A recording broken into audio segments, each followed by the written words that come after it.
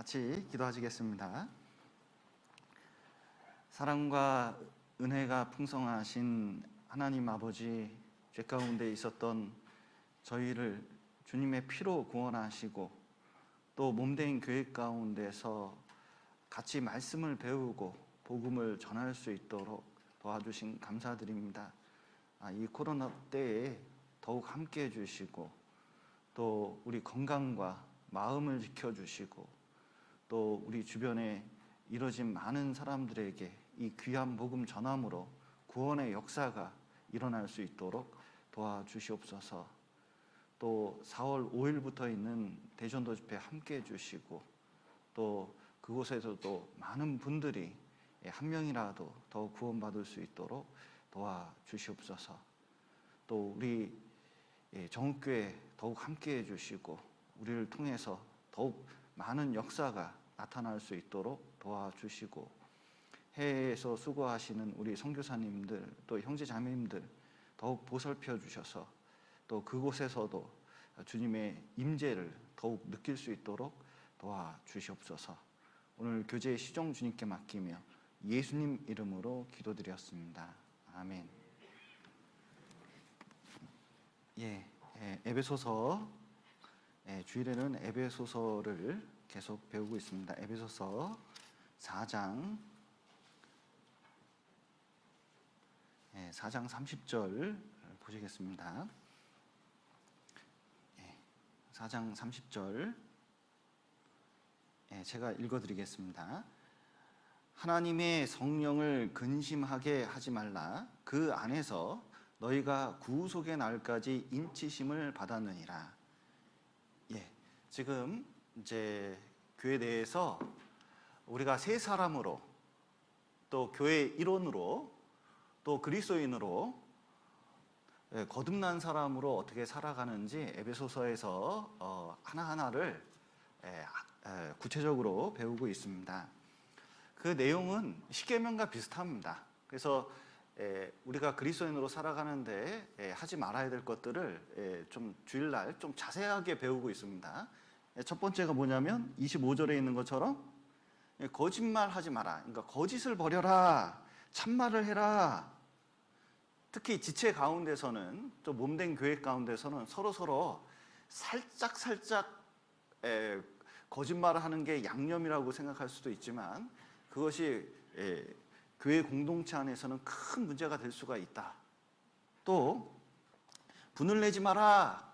분은 살인죄하고 상관이 있죠. 그래서 분을 품고 다니는 것, 의외로 우리가 분을 품고 많이 다닙니다. 그게 의로움하고 만나면 굉장히 무서울 정도가 많거든요. 그래서 의로울 때 분이 난다. 그게 진짜 의로운 건가 스스로 생각해 볼 필요가 있습니다. 또 하나는 도둑질하지 마라. 자기 일을 해라. 그리고 선한 일을 해라. 이렇게 이제 말씀하고 계셔요. 그리고 더러운 말을 하지 마라. 그래서 이런 모든 것들은 십계명과 비슷하고 또 당연한 일입니다. 구원을 안 받았더라도 그건 너무나 당연한 일이죠. 하나님은 거룩하십니다. 내가 거룩하니 너희도 거룩할지어다 이렇게 이제 말씀하셨는데 하나님께서는 거룩하신 분이기 때문에 모든 세상 사람들에게 하나님과 같이 거룩할 것을 요구하십니다. 그래서 그것을 깨닫게 하려고 양심을 주셨어요. 그러니까 각 사람마다 양심이 있습니다. 여러분 양심 있으시죠? 자, 온라인으로 듣고 있는 분들도 다 양심이 있으시죠? 이 양심이 있습니다. 근데 이 양심 때문에 법도 만들어지고 그리고 양심을 통해서 이 도덕도 생기고 사회 질서도 생기는 거고 그렇습니다. 만약에 그게 아니었으면 우리는 이 세상 자체가 지옥 같을 거예요. 하나님께서 양심을 주신 목적이 있습니다. 그래서 세상 사람들도 거짓말하지 않고 도둑질하면 안 되고 그리고 진실을 얘기해야 되고 그리고 요즘 분노 조절 장애가 문제가 되잖아요. 그러니까 분을 내면 안 되고 나쁜 말 쓰지 말고 고운 말 써야 되고 이런 것은 누구나 다 알고 있습니다. 특별히 요즘 LH 공사가 문제가 좀 되고 있잖아요. 그런데 자기가 고급 정보를 미리 알고 땅 투기하는 것이 이제 사회 문제가 되지 않습니까? 그렇기 때문에 뭘 만드냐면 법을 만들어요. 그래서 법을 만들어서 제재를 하려고 합니다. 그러니까 어기면 안 된다. 왜냐하면 나이가 들수록 점점 이익에 약해요. 여러분, 돈이 중요합니까?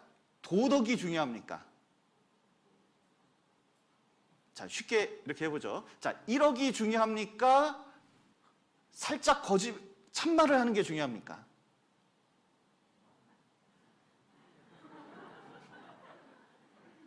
자, 살짝 말만 바꾸면 되거든요. 자, 그러면 둘 중에 뭘 택하겠습니까?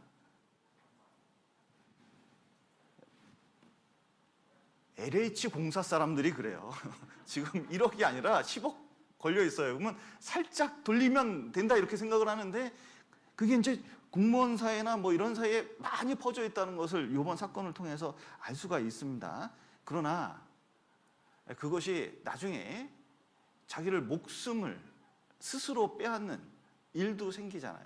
그리고 그것을 못하게 법으로 만들어내려고 여러 가지 이제 노력을 하고 있습니다. 세상 사람들도 도덕적으로 살아야 되고 이런 것들은 지켜야 된다는 걸 잘 알고 있습니다. 그런데 그리스도인들하고 무슨 차이가 있느냐? 여기 이런 말씀이 있는데 이런 건 없어요. 그러니까 에베소서 읽다가 갑자기 이게 나오면 좀 당황스럽거든요. 이런 말씀이 좀 어떻게 보면 맥락이 없다. 앞뒤가 뭐가 안 맞는다 이럴 수 있습니다. 그것이 30절 말씀이에요. 하나님의 성령을 근심하게 하지 말라.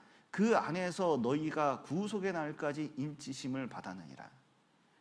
여러분, 세상 사람들은 도덕적인 건 아는데 왜 그런 것을 지켜야 되는지 잘 모릅니다.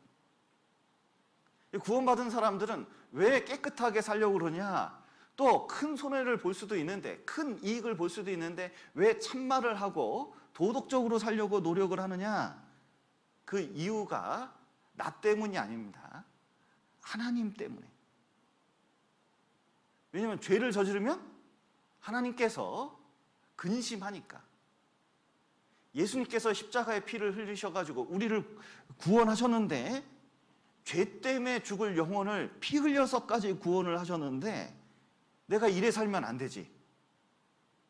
우리가 도덕적으로 사는 이유가 뭐냐면 하나님 때문에 그렇다는 겁니다. 이전에 이제 이야기를 들었습니다. 어떤 형제님이 구원을 받으셨어요. 이제 세상에서 좀 망나니처럼 사시다가 구원을 딱 받고 너무 기쁜 마음에 그 마시던 술, 담배를 다 끊고 그리고 망나니 짓 안 하고 그 교회 성실하게 다니는 거예요. 그래서 엄마가 물어봤대요. 너 참 요즘 아주 좋게 잘 변했다. 그리고 왜 그러냐 그랬더니 구원받아서 하나님 믿고 이렇게 됐다고 그러니까 이분이 또 하나님하고는 또 뭔가 사연이 있나 봐요. 교회 다니지 말라고. 응? 세상에 하나님 때문에 그렇게 하냐고. 그래서 열을 낸 거예요. 그래가지고 이 자식을 교회 못 나게 하기를 그렇게 애를 썼습니다. 그러니까 한 몇 달 지나니까요. 구원받았다고 했는데 이게 진짜 구원인지는 모르겠는데 다시 옛날 생활로 돌아간 거예요. 망나니 생활로 돌아간 겁니다. 누가 괴로울까요? 또 엄마가. 그래서 그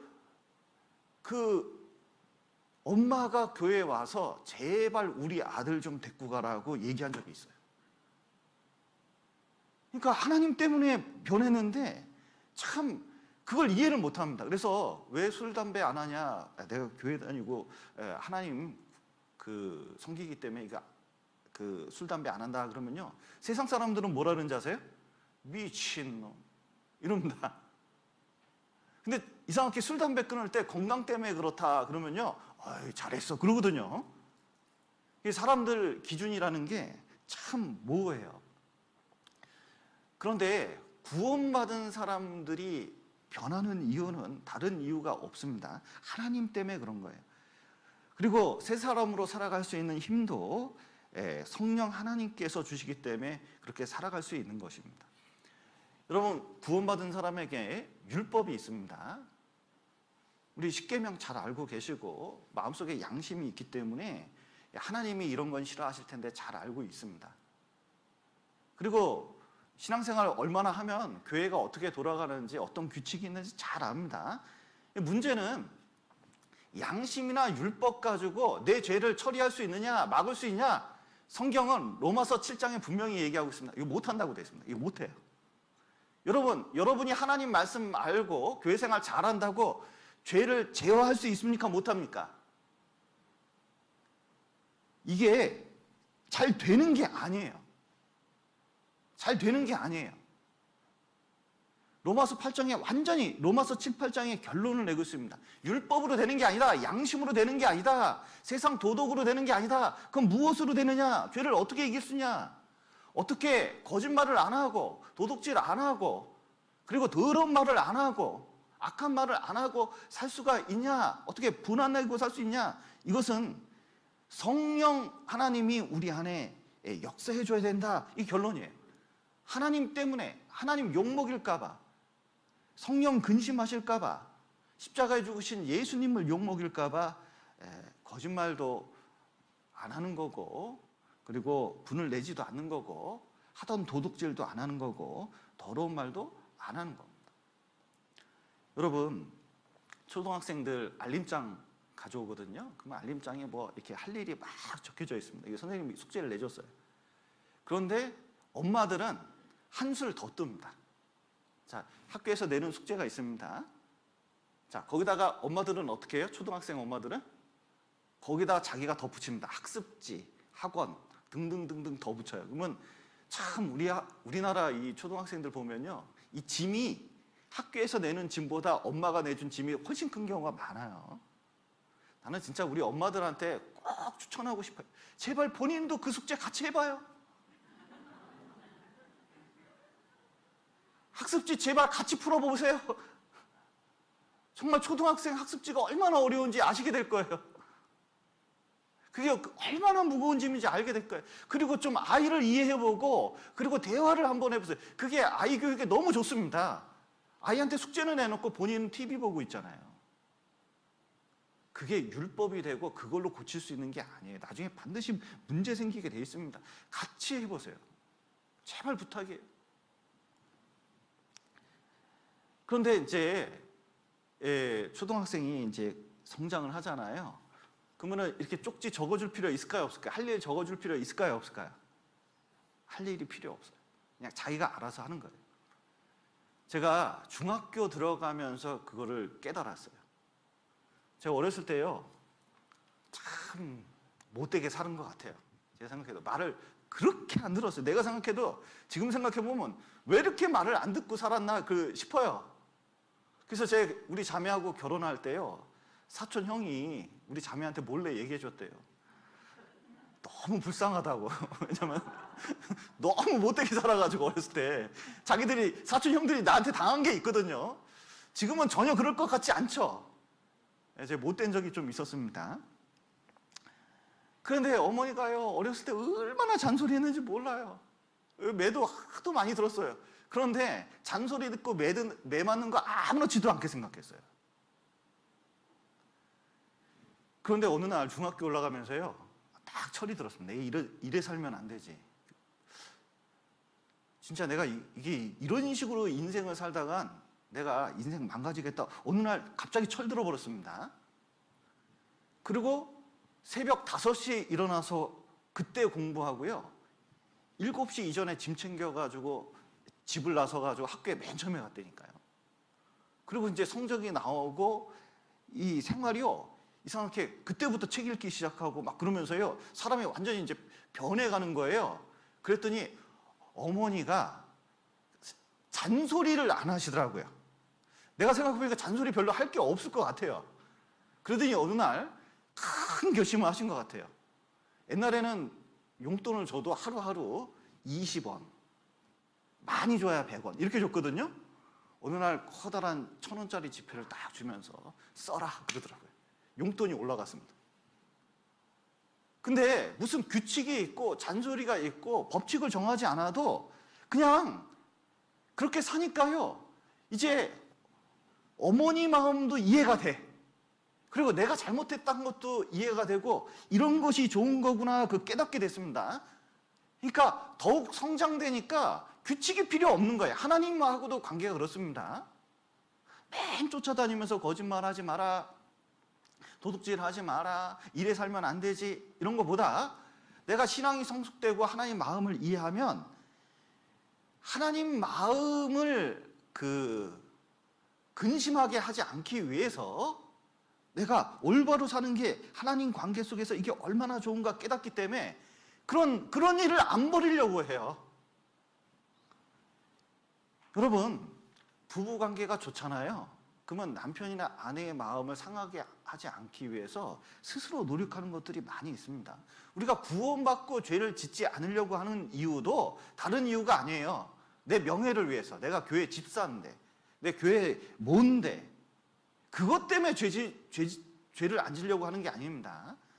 하나님 때문에, 또 우리 안에 성령이 계시기 때문에, 성령이 근심하시기 때문에, 그리고 인격적인 교제가 안 되기 때문에 우리가 이 죄를 안 지려고 하시는 거예요. 교회도 마찬가지입니다. 교회 뭐 여러 가지 규칙을 정할 수가 있습니다. 뭐 휴지 버리지 마세요, 물 먹고 함부로 버리지 마세요, 식당 뭐 이렇게 음식이 나오면 음식 버릴 때 여기다 버리세요, 막 이렇게 얘기할 수 있어요. 근데 한마디로 딱 정하면 뭐죠? 교회를 사랑합시다. 진짜 교회를 사모하게 되면요, 교회가 너무 귀하다는 걸 깨닫게 되면 스스로 노력하게 돼 있어요. 그걸 말로 할 필요가 없는 겁니다. 그래서 사람을 죄를 안 짓게 하는 것은 성령에 의해서, 성령과의 관계를 통해서, 하나님과의 관계를 통해서 이루어지는 거라는 것을 우리가 알 수가 있습니다. 중요한 것은 성령이 어디 계시는가, 그걸 깨달을 필요가 있거든요.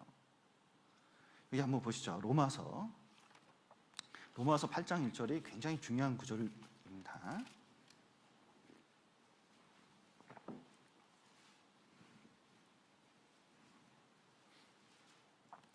로마서 7장은 율법으로 도저히 안 된다, 하나님 말씀으로도 내가 어떤 규칙으로 잘 안 된다, 이것을 말하고 있는 겁니다.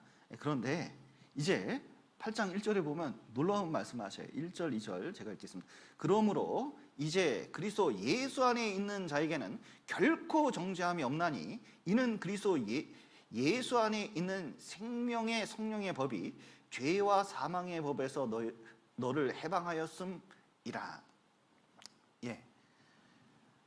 7장에 보면요, 나라는 단어가 계속 나옵니다. 내가 어떻게 해보려고 계속 노력을 해요. 그 노력 자체가 잘못된 건 아닙니다. 그러나 한계가 있다는 거예요, 늘. 그러나 이제 8장에 가면 어떤 말씀이 많이 나면 그리스도 안에, 예수님 안에서 해결된다는 말씀이 얼마나 많고, 8장 안에 성령이 줍니다. 성령께서 내 안에 있으면 그것이 해결된다는 거예요. 그런데 성령이 어디에 계신가, 그걸 알아야 돼요. 성령이 어디 계시죠? 몸된 교회 안에 있다는 걸 알아야 돼요. 이게 교회를 굉장히 인간적인 이 어떤 모임, 이것으로 자꾸 이해하면요, 큰 코 다치는 수가 있습니다. 자기 신앙에 큰 문제 생기는 경우가 있어요. 아무리 교회 안에 문제가 있고 어려움이 있어도 거듭난 사람들이 모인 이곳은 어디면 성령 하나님이 계신 곳이다, 이걸 철저하게 알아야 돼요. 고린도전서, 요거 한번 로마서 8장 1절에 보면은 그러므로 이제 그리스도 예수 안에 있는 자에게는 결코 정죄함이 없나니 그랬는데, 킹제임스 버전에는 여기 한 구절이 더 있습니다. 그건 꼭 써놓긴 해야 됩니다. 그들은 육신을 따라 걷지 아니하고 성령을 따라 걷느니라. 이게 어떤 사본에 발견이 됐기 때문에 이게 실제 성경에 있는 겁니다. 근데 성경 로마서 8장 1절을 이해하는데 이게 굉장히 중요한 구절 중에 하나거든요. 그러니까 그러므로 이제 그리스도 예수 안에 있는 자에게는 결코 정죄함이 없나니, 그 다음에 뭐가 있다고요? 그들은 육신을 따라 걷지 아니하고 성령을 따라 걷느니라, 이렇게 돼 있어요. 그러니까 예수 안에서 성령을 따라 걷는다, 이게 확실히 말씀하고 계셔요. 그래서 죄가 어떻게 없어지는 거냐? 교회 안에서 수고하고 봉사하고 말씀 배우고 교제하고 그러면요, 이 죄가요, 안 지으려고 안 지어지는 게 아니라 신앙생활을 하기 때문에 죄가 멀어지는 거예요. 신앙생활을 하면 점점 멀어지게 돼 있어요. 그런데 교회 안에서 신앙생활이 점점 적어지잖아요. 그러면요, 육신이 굉장히 커지고 그리고 죄에 점점 가까워지게 돼 있습니다. 특별히 교회에 대해서 말씀하시는 거 한 구절 더 보시죠. 왜냐하면 이건 정말 뼈에 박혀야 돼요. 고린도전서 3장입니다.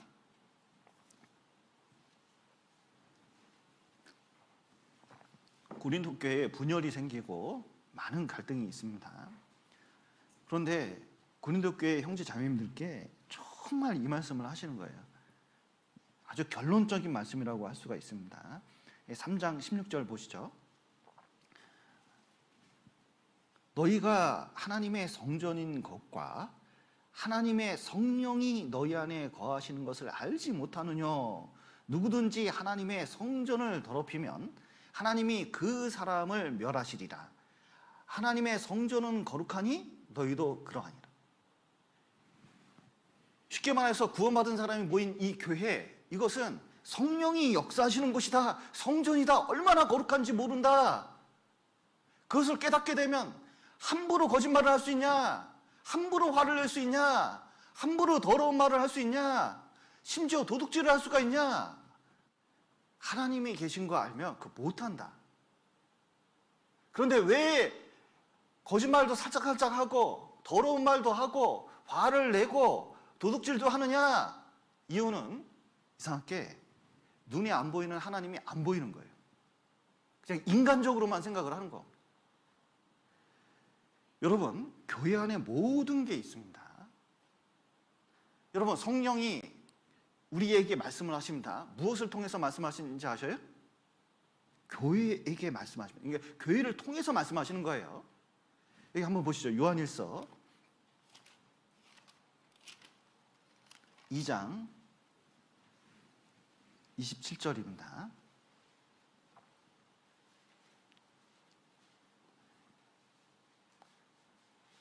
너희는 주께 받은 바 기름 부음이 너희 안에 거하나니 아무도 너희를 가르칠 필요가 없고 오직 그의 기름 부음이 모든 것을 너희에게 가르치며 또 참되고 거짓이 없으니 너희를 가르친 그대로 주 안에 거하라.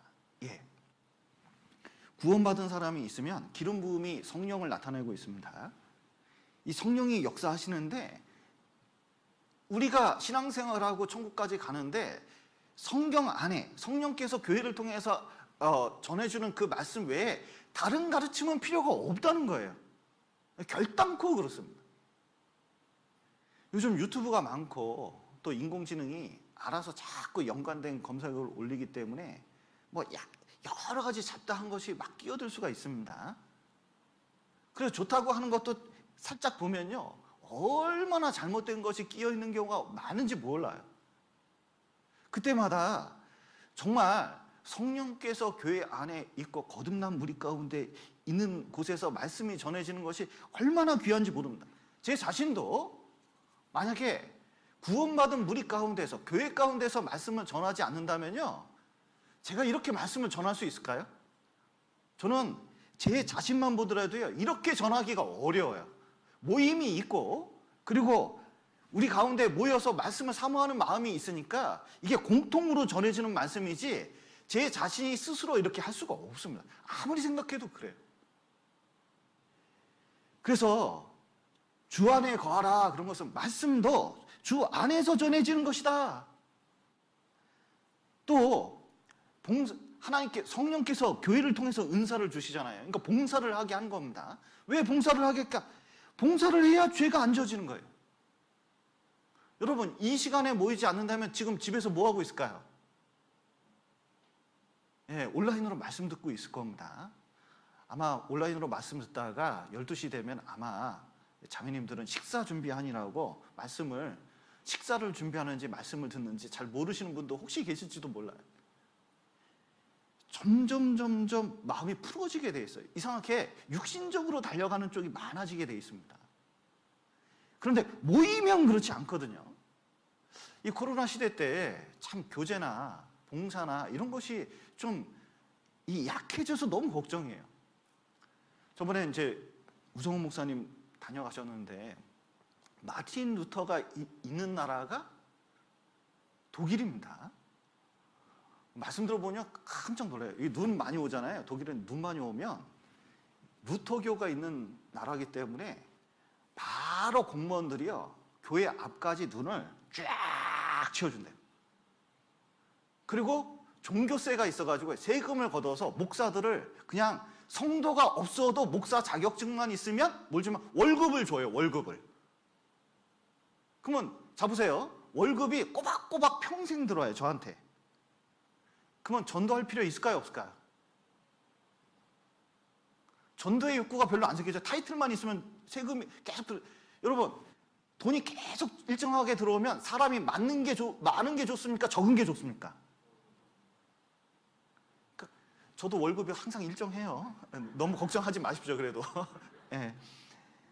그런데 독일 사람들은 그러니까 시간이 지나니까 처음에는 종교개혁하고 어려운 가운데서 복음 전하고 막 그랬는데 나중에 보니까요, 자유주의 신학이라고 있습니다. 성경을 순인간적으로만 해석하는 아주 잘못된 성경 해석 방법이거든요. 그게 독일에서 생겼어요. 왜 그러냐? 편하니까 그런 거예요. 여러분, 우리가 지금 좀 편할 수 있잖아요. 편한 게 신앙을 좋게 만든 게 아닙니다. 성령이 있는 교회 가운데 뭔가 자꾸 이렇게 있지 않으면요, 결국은 촛대를, 만약에 복음을 딱 잃어버리잖아요. 촛대를 옮겨버립니다. 그러니까 성령이 떠나는 거예요. 개인적으로도 그럴 수도 있는 거예요. 그래서 굉장히 조심할 필요가 있습니다. 성경, 여기 이제 성령이라는 단어가 나왔는데, 성령은 하나님이십니다. 삼위일체 하나님이셔요. 성령 그러면 좀 이렇게 막연해요. 그러니까 하나님 그러면 굉장히 이렇게 좀 이해가 좀 더 되는데, 성령 그러면요, 뭔가 이렇게 잘 느껴지지 않는 그런 게 있습니다. 그럴 때는 성령 하나님 붙이면 됩니다. 성령은 하나님이셔요. 어렵지 않습니다.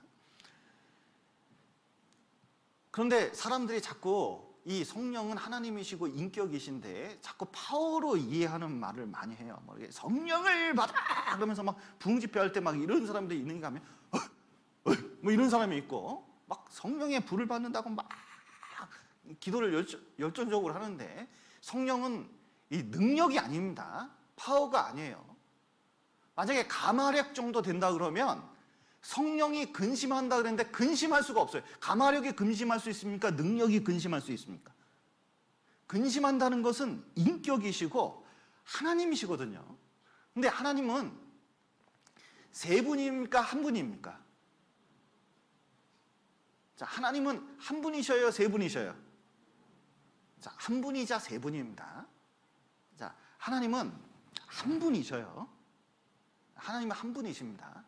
그러나 삼위일체입니다. 그러니까 몸은 하나인데 삼위, 인격이 세 분이라는 거예요.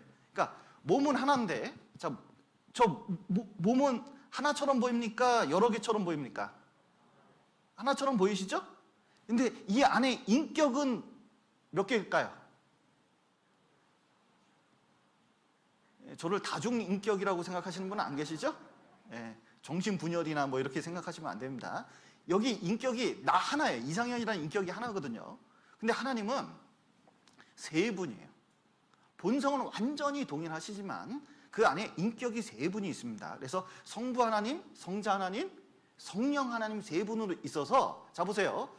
그래서 사랑이 원래 완전한 거예요. 왜냐하면 사람이 없어도 그 안에서 서로 사랑하셔요. 그 사랑할 수가 있는 겁니다. 특별히 삼위일체를 얘기할 때는 수학 공식을 이용해서 너무 죄송합니다. 이걸 아는 건 너무 중요하기 때문에. 자, 무한대 곱하기 무한대는 뭐죠? 무한대입니다. 이렇게 모르시는 분도 많이 계신데 그냥 외워두시면 편합니다. 이거에 대한 설명은 정욱교회 작년 했던 것을 좀 한번 보시면 그림을 가지고 좀 설명한 적이 있습니다. 중요한 것은 1000 곱하기 1000은 이렇게 되는데, 이거는 어떤 숫자도 곱해도 그리고 더하거나 그래도 결국 다를 수밖에 없어요. 근데 무한대는 곱하거나 더하거나 다 무한대가 나오는데 이 앞에 있는 무한대하고 이 무한대는 수학적으로 동일합니다. 무한대에 가면 이런 현상이 일어난다는 거예요. 수학자들이 이걸 발견해냈습니다. 그런데 하나님은 영이시라서 무한하신 하나님입니다. 그렇기 때문에 세 분의 무한한 분이 같이 있을 수 있어요. 동일합니다. 한 분이자 세 분인 거예요. 하나님을 빛으로 표현하시는데요. 빛도 참 희한해요. 저는 이 빛만 보면 정말 신기합니다. 자, 보세요. 빛은 입자이자 파동이라고 얘기를 하거든요. 모르셔도 상관이 없어요. 목사님은 아는 게 많아서 좋겠어 그럴 수도 있는데 어쨌든 그냥 그런 게 있다고 생각을 하셔요. 빛이 이렇게 입자 하나가 있습니다. 그런데 여기 종이판이 있는데 여기 구멍이 2개가 있습니다. 그리고 여기 종이가 있어요. 팡 쌌습니다. 그러면 여기를 통과해요. 그러면 빛이 여기에도 있고 여기에도 있을 수 있을까요? 빛이 입자 하나입니다. 입자 하나가 있는데 탕 쌌더니 자, 여기도 있을 수 있고 여기도 있을 수 있을까요? 아인슈타인이 노벨상을 받았습니다. 이거 입자라는 걸 밝혀내서. 놀라운 것은 탕 튀겨서 요 통과해가지고 여기 박힐 것 같은데 여기도 박히고 여기도 박혀요. 그 과학자들이 이해가 안 갔어요. 이해가 안 가. 입자 하나를 쐈는데 2개 박히는 거예요. 놀라운 것은 아직도 과학자들이 이유를 몰라요. 그냥 받아들이는 거예요. 받아들여요. 그냥 그 과학자들도 믿음이 있어요. 양자역학 이 정도 가면요, 그냥 받아들입니다. 미션입니다. 이렇게 되는 거예요. 왜냐면 설명할 수가 없어요. 이해가 안 돼요. 근데 일어났어요. 그냥 받아들이는 거예요. 자, 보세요. 하나님도 무한하신 하나님이 삼위일체로 계시기 때문에 성경에 그게 있는데 아무리 봐도 그게 사실이에요. 그러니까 그걸 받아들이는 거예요. 인격이 세 분입니다. 그런데 성령 하나님은 어떤 역할을 하시냐면 성령 하나님은 이상하게 혼자 역사하지 않으셔요. 성자 하나님, 성부 하나님이 계신데 이게 본드처럼 완전히 밀접하게 만드십니다. 성령께서 우리와 함께 하시는데 이 성령께서 지금 하시는 일이 뭐냐면 우리 안에 내주하셔서 하나님과 또 예수님을 증거하시면서 밀접하게 만드는 일을 하셔요. 그러면 내가 구원받아서 예수님 십자가 얘기를 쫙 했습니다. 그러면 왜 그 십자가 얘기를 그렇게 많이 할까요? 이 안에 성령께서 내 마음을 감동시키셨기 때문에 그런 거예요. 또 하나님에 대해서 막 얘기를 합니다. 이 안에 뭐가 있기 때문에 그렇죠? 성령 하나님께서 그것을 깨닫게 해주시기 때문에 그렇게 하시는 거예요. 그래서 이 안에 교회 안에 성령이 있고 또 성령이 어디냐면 구원받으면 이 안에 성령이 있습니다. 죄의 사함을 받으라. 그리하면 성령을 선물로 주신다고, 성령을 주신다고 되어 있거든요. 그러니까 여기 죄의 사함을 받으면 죄가 깨끗이 씻기니까 홀리 스피릿, 성령입니다. 거룩한 영이 이 안에 들어오셔요. 그래서 자, 떠날까요? 안 떠날까요? 성령은 이 시대에는 떠나진 않습니다. 근데 죄를 지면 근심하셔요. 그리고 역사를 안 해요. 이게 문제인 겁니다. 그런데 내 안에 성령이 있는지 성령이 없는지 그거 어떻게 아느냐? 이게 요한복음 16장 한번 보시죠. 자, 여러분 안에 성령이 있습니까? 없습니까? 자, 요한복음 16장 8절부터 제가 읽겠습니다. 8절. 그가 와서, 이게 성령을 말씀하고 계십니다. 그가 와서 죄에 대하여 의에 대하여 심판에 대하여 세상을 책망하시리라. 죄에 대하려라 함은 저희가 나를 믿지 아니하며 의에 대하려라 함은 내가 아버지께로 가니 너희가 다시 나를 보지 못하며 심판에 대하려라 함은 이 세상 임금이 심판을 받았습니다. 예. 지금 성령이 왔는지 안 왔는지 그 무엇을 보면 알 수 있냐? 죄가 뭐냐? 이거 깨달았냐? 여러분, 세상 사람들은 죄라고 생각하면요, 악한 죄만 생각합니다. 근데 믿지 않는 거, 예수님이 십자가에 죽으셔서 우리 죄를 용서했다는 그 사실을 믿지 않는 게 죄다, 그것도 지옥 갈 죄다, 이렇게 얘기하면 세상 사람이 뭐라 그럴까요? 안 믿는 사람이 뭐라 그럴까요? 이런 독단적인 말을 있나?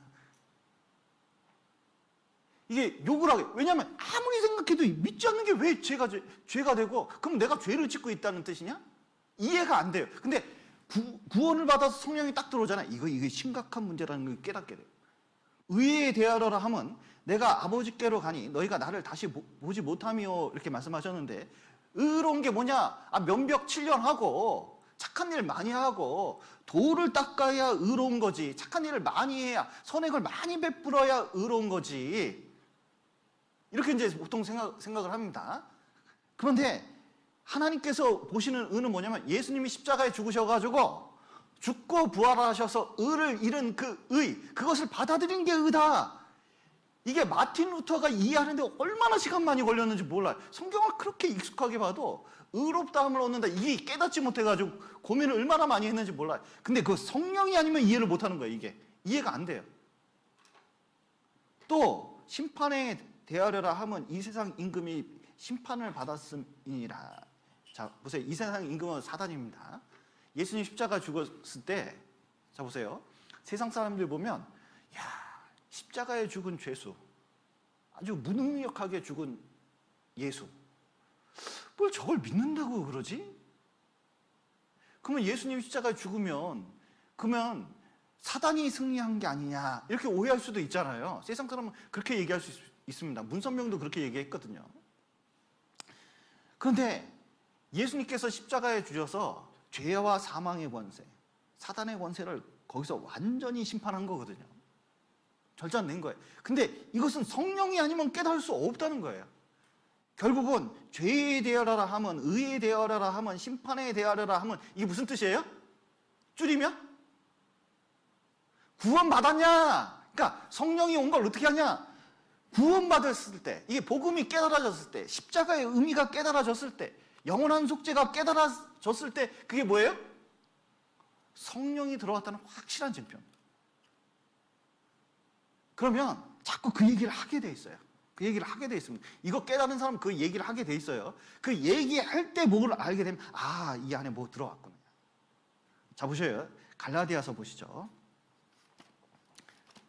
세상 사람들은 자꾸 부흥에 통해가지고 무슨 병고침을 받고 뭐 신비한 것을 체험하고 자꾸 성령이 들어왔다고 주장하는데, 그런 것이 아닙니다. 갈라디아서 3장 2절 한번 보시죠. 너무 중요한 말씀입니다. 3장 2절. 내가 너희에게 다만 이것을 알려 하노니 너희가 성령을 받은 것은 교회에 다녀서냐, 착한 일 많이 해서냐, 율법의 행위로냐, 듣고 믿음으로냐. 자 뭐죠? 듣고 믿음으로. 5절 보시죠. 5절. 너희에게 성령을 주시고 너희 가운데 능력을 행하시는 이 일이 율법의 행위에서냐, 듣고 믿음에서냐. 뭐죠? 듣고 믿음에서. 그러니까 구원받을 때 성령을 선물로 받았다는 게 성경에서 너무 확실하게 말씀하시는 거예요. 그러니까 복음이 깨달아지는 것. 하나님께서는, 성령께서는 연합해서 말씀하신다 그랬죠. 그러니까 복음이 깨달아지는 게 그 뒤에 뭐가 있냐? 이게 성령이 아니면 안 된다는 거예요. 그래서 아, 내가 이게 깨달아진 거, 이게 확실한 거, 이거 보니까 이게 내 안에 성령이 있구나, 이걸 좀 아셔야 됩니다. 이게 없으면 세상 사람인 거예요. 아무리 열심히 해도 소용이 없는 거예요. 그리고 죄를 이길 수 있는 힘도 없는 겁니다. 그냥 도덕적으로 착하게 살아가는 것뿐이지 성령에 의해서 변화된 건 아니라고 할 수가 있습니다. 그런데 하나님께서 구원받을 때 왜 성령을 보내주셨냐? 왜냐하면 로마서 보시죠.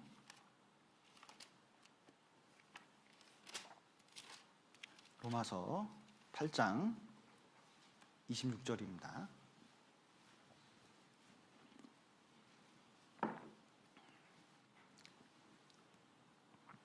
로마서 8장 26절.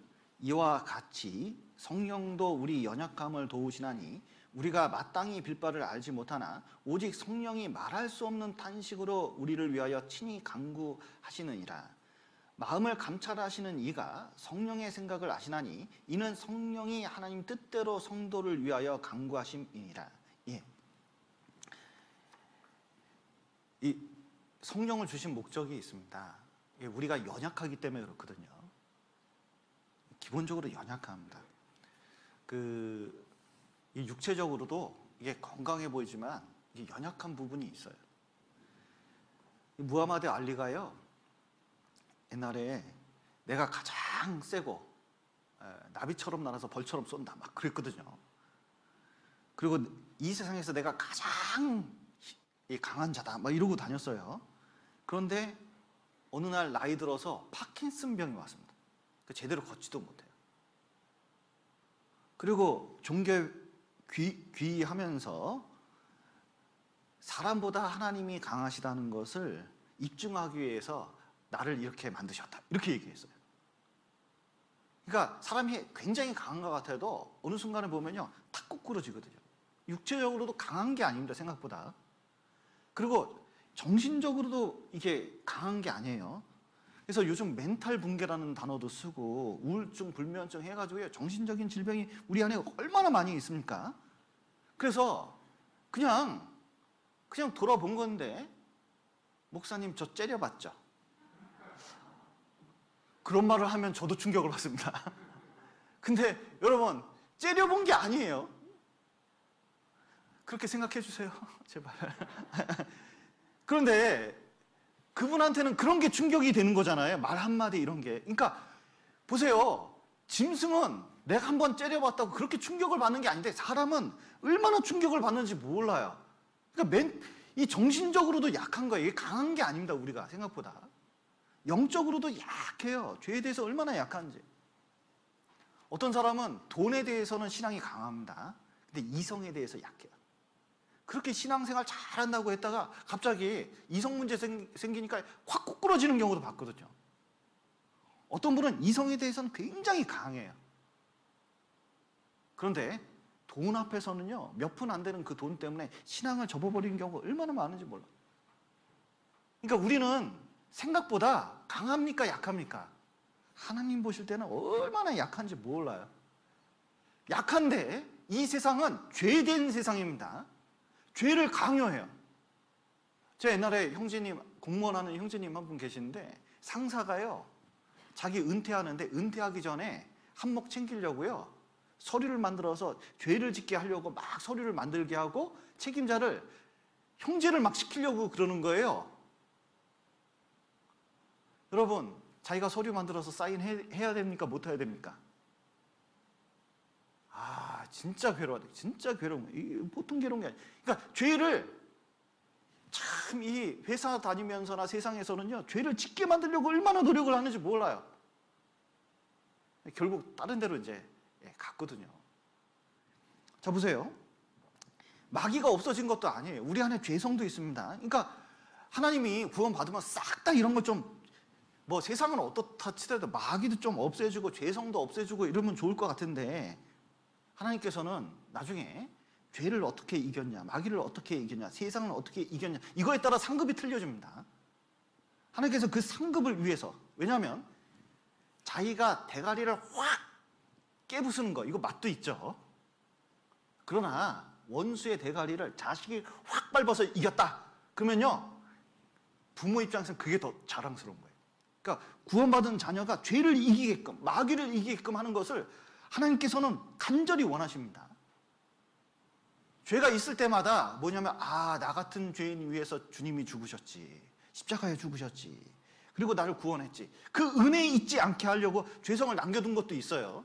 자기가 어떤 존재인지 깨닫게 하는 거예요. 그러니까 자기 죄된 상태를 보고 늘 겸손할 수밖에 없어요. 늘 감사할 수밖에 없어요. 나 같은 죄인 살리신, 이거 하나 붙잡고 사는 거거든요. 또 마지막 하나가, 그래서 성령 붙잡고 살 수밖에 없는 존재라는 걸 깨닫게 해주는 거예요.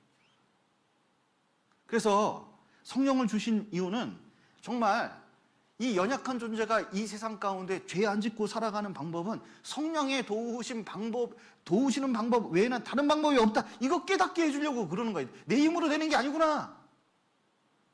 그래서 성령을 요한복음에 보면 뭐라고 하셔요? 세 글자. 어려운 말입니다. 보혜사. 근데 보혜사는 거기 잘 읽어보면 두 분이 계십니다. 첫 번째 보혜사가 누구예요? 예수님. 그 당시에 제자들을 돕는, 같이 살면서 돕는 분이 뭐냐면 예수님이에요. 그러니까 보혜사, 내가 도우미로 너희에게 있다. 그러니까 영어로는 헬퍼인데 우리말로, 순수한 우리말로 보혜사는 뭐예요? 도움입니다. 도우미. 내가 너희를 도와주려고 왔다. 그런데 자, 예수님이 올라가셨습니다. 그래서 또 다른 보혜사를 주셨어요. 그게 누구죠? 네, 성령이셔요. 여러분, 예수님이 나으실까요? 성령이 나으실까요? 여러분 집에 예수님 같이 사는 게 낫겠습니까? 성령이 계신 게 좀 낫겠습니까? 만약에 저 같은 사람 좀 데리고 산다 이렇게 생각하시면 좀 편하시겠습니까? 힘들겠습니까? 차라리 시어머니를 모시고 살지 그럴 수도 있죠. 그러니까 하나님께서 우리를 진정으로 도와주시려고, 각 사람을 도와주려고 성령을 보내주셨어요. 보혜사 성령이죠. 이 보혜사라는 의미가, 도와준다는 의미가, 여기 로마서 한번 다시 읽어보겠습니다. 26절, 이와 같이 성령도 우리 연약함을 도우시라니 우리가 마땅히 빌 바를 알지 못하나 오직 성령이 말할 수 없는 탄식으로 우리를 위하여 친히 간구하시느니라. 예, 이 보혜사라는 게 이런 겁니다. 그러니까 친히 간구하신다, 요걸 오해하시는 분이 있는데, 내가 기도하지 않아도 성령이 내 안에서 기도하지 않냐, 그러니까 기도할 필요가 없다, 이런 뜻이 아닙니다. 여러분, 기도해야 됩니까? 기도하지 말아야 됩니까? 기도해야 됩니다. 이 잘못된 방법 중에 하나가, 이게 구원받은 사람이 좀 오해하는 경우가 있어요. 뭐냐면 거짓말 하지 마라, 도둑질 하지 마라, 그래 더러운 말 하지 마라, 분을 품지 마라. 그러니까요, 주여 거짓말 하지 않게 해주시옵소서, 분을 품지 않게 해주십시오, 더러운 말 하지 않게 해주세요, 도둑질 하지 않게 해주세요. 자, 요 기도가 합당합니까? 합당하지 않습니까? 그게 합당한 듯 안 합당한 듯 그래요. 왜냐하면 사실은 거짓말 하지 않는 건 누가 해야 돼요? 내가 해야 되는 거예요. 그리고 그 다음에 성령께서 도와주시는 거예요. 이 도움이라는 게 이런 겁니다. 그 애들 자전거 처음 배우잖아요. 그러면 뒤에 아빠가 잡아주잖아요. 잡아줍니다. 잡아주면 자전거는 누가 타요? 자녀가 타고, 그리고 뒤에서 넘어지지 않게 잡아주는 역할을 하는 거예요. 그러면 쭉 잡아주다가 어느 순간 어떻게 돼요? 걔가 타잖아요. 그러면 도와줄 필요 있어요? 없어요? 자전거 타는 거 도와줄 필요가 없어요. 스스로 할 수 있게 두시는 거예요. 그렇기 때문에 신앙생활도 보세요. 말씀을 깨닫게 해주세요 그러면서 성경은 안 읽어요. 설교도 듣지 않습니다. 그러면 성경이 깨달아질까요? 이게 자기 잘못된 생각에서 그 좌지우지 될까요? 이게 말씀을 안 읽으면서, 공부를 안 하면서 성경이 저절로 깨달아진다, 이거 있을 수가 없어요. 저는 말씀을 전도할 때는 웬만하면 원고를 쓰려고 합니다. 아주 죽겠어요, 아주. 공부를 많이 하려고 합니다. 그리고 성경을 많이 연구하려고 그래. 이유는 뭐냐? 그 말씀 속에 성령이 역사하기를 간절히 원하는 거예요. 약사가 약을 줄 때 그 약효를 믿고 하잖아요. 그 말씀에 성령이 역사하면 분명히 역사할 수 있는 게 있기 때문에 그런 겁니다. 그래서 말씀을 읽어야 말씀 깨달아지죠. 근데 읽는 것조차 안 하고 말씀 깨달아지게 해달라고 하면 그게 어떻게 깨달아지겠어요? 기도도 마찬가지입니다. 기도를 안 하는데 기도해달라고 그러면 도대체 이게 앞뒤가 안 맞는 거잖아요.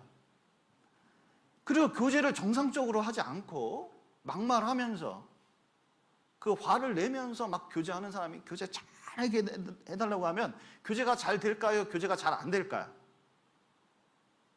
교제 잘 할 수 있도록 노력하는 게 필요하죠. 그러니까 전도 안 하는데 전도해달라고 하면 전도가 될까요? 안 될까요? 전도가 안 되는 거예요. 그러니까 성령은 도와주시는 역할을 하는 겁니다. 하는 건 누가 해야 돼요? 하는 건 누가 해야 됩니까? 우리가 해야 되는 거예요. 그 이후에 하면서 깨닫게 되면 이거 성령께서 도와주시는 거예요. 성령이 하시는 거고 이게 내 힘으로 된 게 아니구나. 그걸 깨닫게 해주시는 겁니다.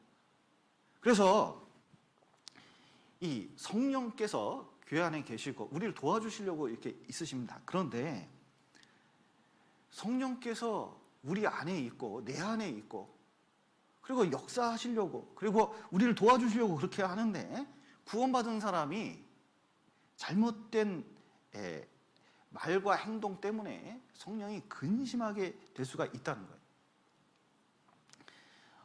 어떻게 하면 성령을 근심하게 만들 수 있냐? 여기 에베소서 다시 보시죠. 에베소서 4장.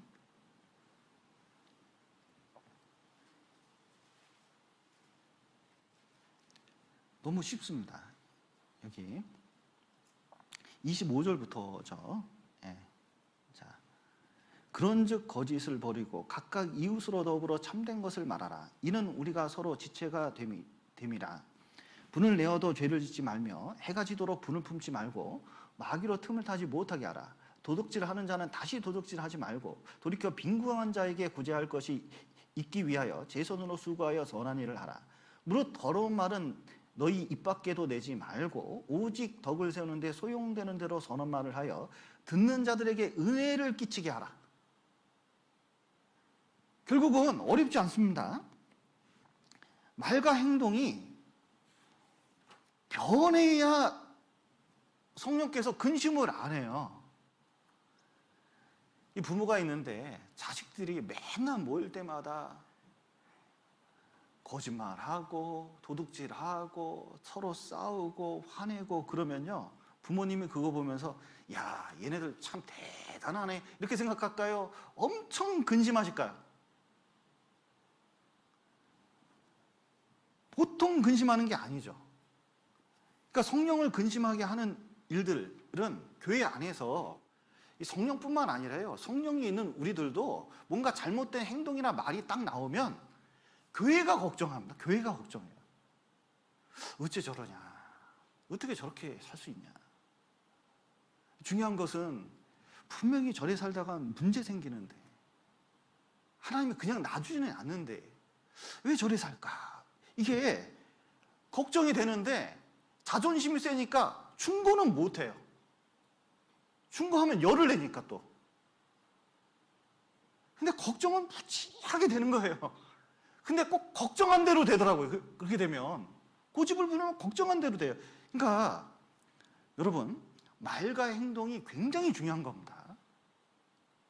그게 교회가 걱정하는 게 성령이 걱정하는 거고 또 하나님께서 근심한다는 것을 알아야 돼요. 근데 자식이 부모가 근심하는지 안 하는지 잘 압니까 모릅니까?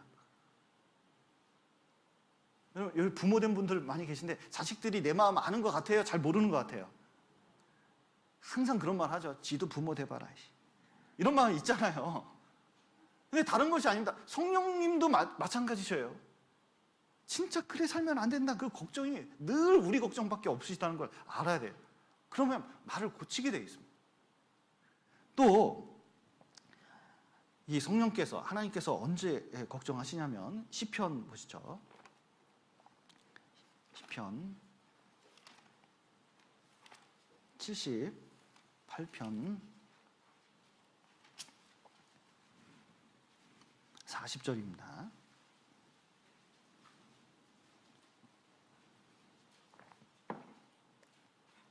(40절부터) 제가 읽겠습니다. 저희가 광야에서 그를 반항하며 사막에서 그를 슬프시게 함이 몇 번인고 저희가 돌이켜 하나님을 제3 시험하며 이스라엘의 거룩한 자를 격동하였도다. 저희가 그의 권능을 기억지 아니하며 대적에게서 구속하신 날도 생각지 아니하였도다. 참 이 구원의 은혜만 생각해도 이게 하나님 말씀에 순종해야 된다는 것을 잘 알 건데 순종을 그렇게 안 하는 거예요.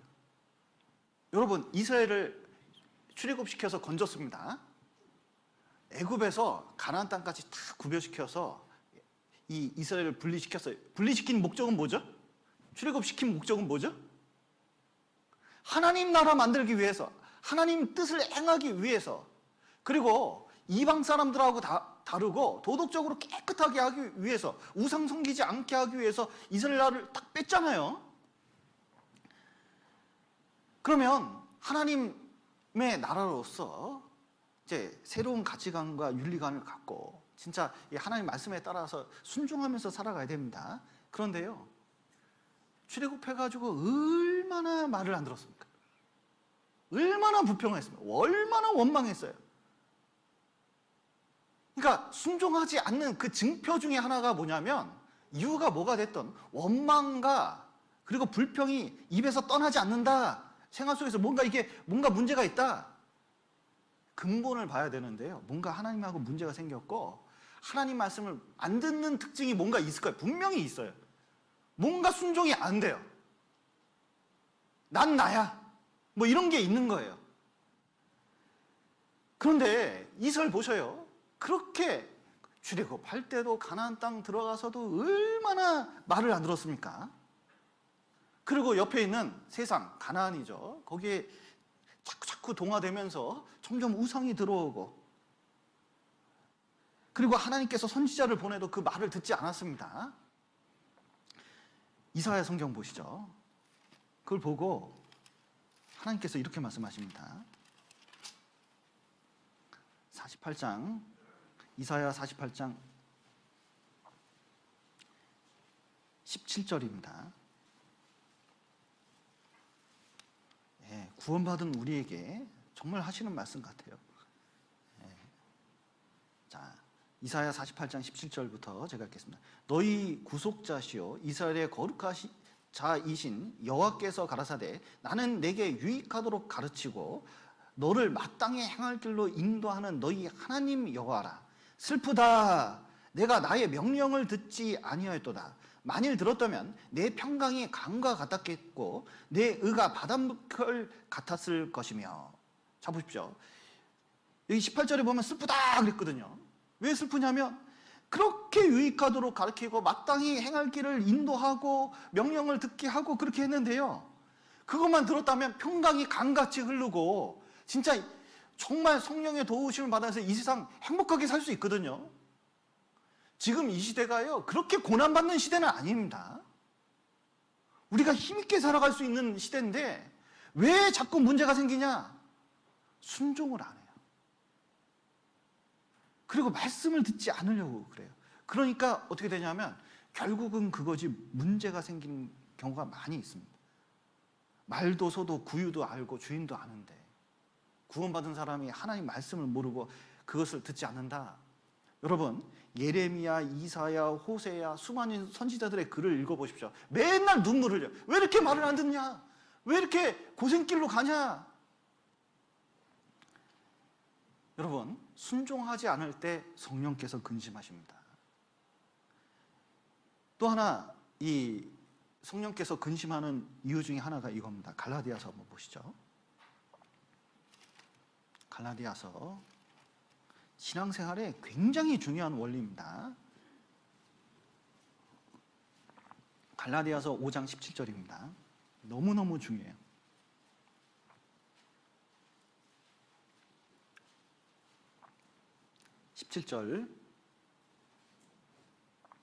자, 16절부터 제가 읽겠습니다. 내가 이르노니 너희는 성령을 좇아 행하라. 그리하면 육체의 욕심을 이루지 아니하리라. 육체의 소욕은 성령을 거스리고 성령의 소욕은 육체를 거스리나니 이 둘이 서로 대적함으로 너희의 원하는 것을 하지 못하게 하려 함이니라. 예. 어떤 게 근심되냐면 육체의 소욕을, 육체의 일을 따라 하는 것이 성령을 거스리는 겁니다. 그 육신이라는 게 있어요. 참 희한한 것은 여기 요 안에 여러분 그 소화시키는 위, 밥, 배. 이 배는 하나인가요? 두 개인가요? 자꾸 이렇게 먹을 때 보면 밥배 따로 있고 라면배 따로 있고 야식배 따로 있고 뭐 이렇게 얘기를 하는데, 자, 배가 따로 있을까요? 하나일까요?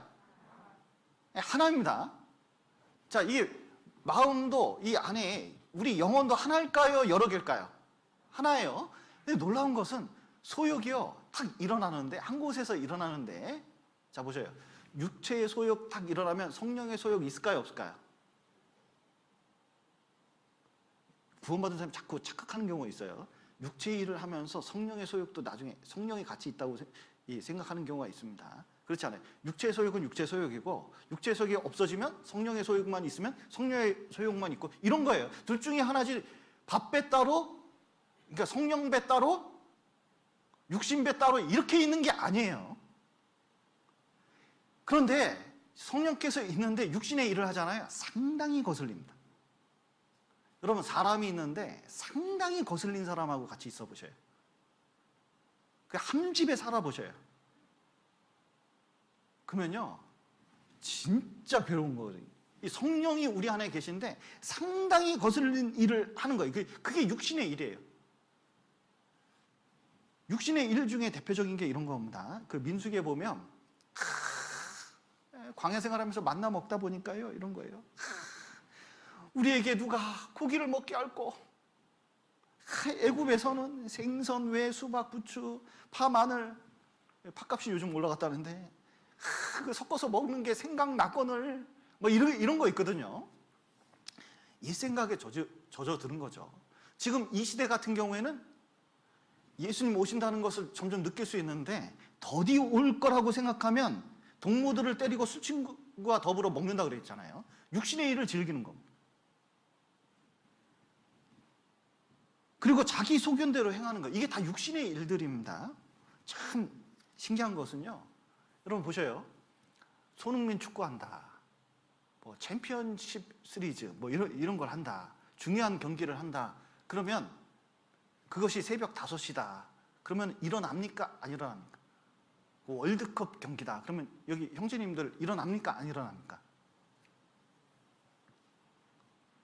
역시 우리는 경건한 교회예요.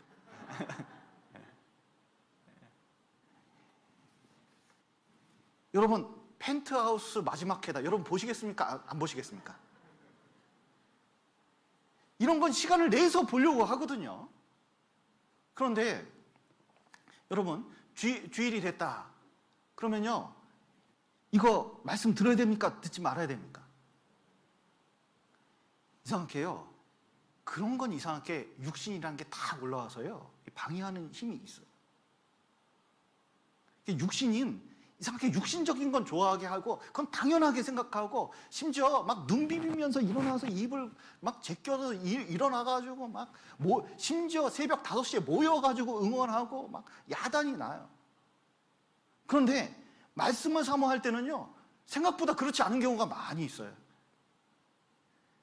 그런 것이 육신입니다. 이 문제는 뭐냐면, 육신이 있으면, 여러분, 성경에 성령을 비둘기처럼 이렇게 이제 표현한 경우가 많거든요. 이 비둘기가 그 집비둘기, 요즘 영어로 피전이라 그러는데 이게 닭둘기라 그러죠. 닭처럼 요즘 너무 먹어가지고 이렇게 비둘기가 광장에 있는 보면 좀 더러운 비둘기 있어요. 얘네들은 친화성이 높아가지고요. 그리고 아내도 자주 바꾸고, 그래서 이 성경에서 말하는 비둘기가 요 비둘기가 아닙니다. 성경에서 말하는 비둘기는 여기 산비둘기 보이셔요? 노브라 그러는데 산비둘기 보이시나요? 이 산비둘기, 여기 저 이렇게 집에 이렇게 점심때 가다 보면 산비둘기 두 마리가 항상 전선줄에 딱 있어요. 짝을 안 바꿔요. 평생 짝을 안 바꿔요. 놀라운 것은 얘네들 예민해가지고요, 조금만 가까이 가려고 그러잖아요, 푸투투투투 날아가요. 성령은 우리 안에 죄가 있잖아요. 그러면 성령을 소멸치 말면, 이게 없어진다는 뜻이 아니라 그런 소욕들을 눌러버린다는 거예요. 그러니까 안 하게 자기가 만든다는 거예요, 육신의 소욕들이.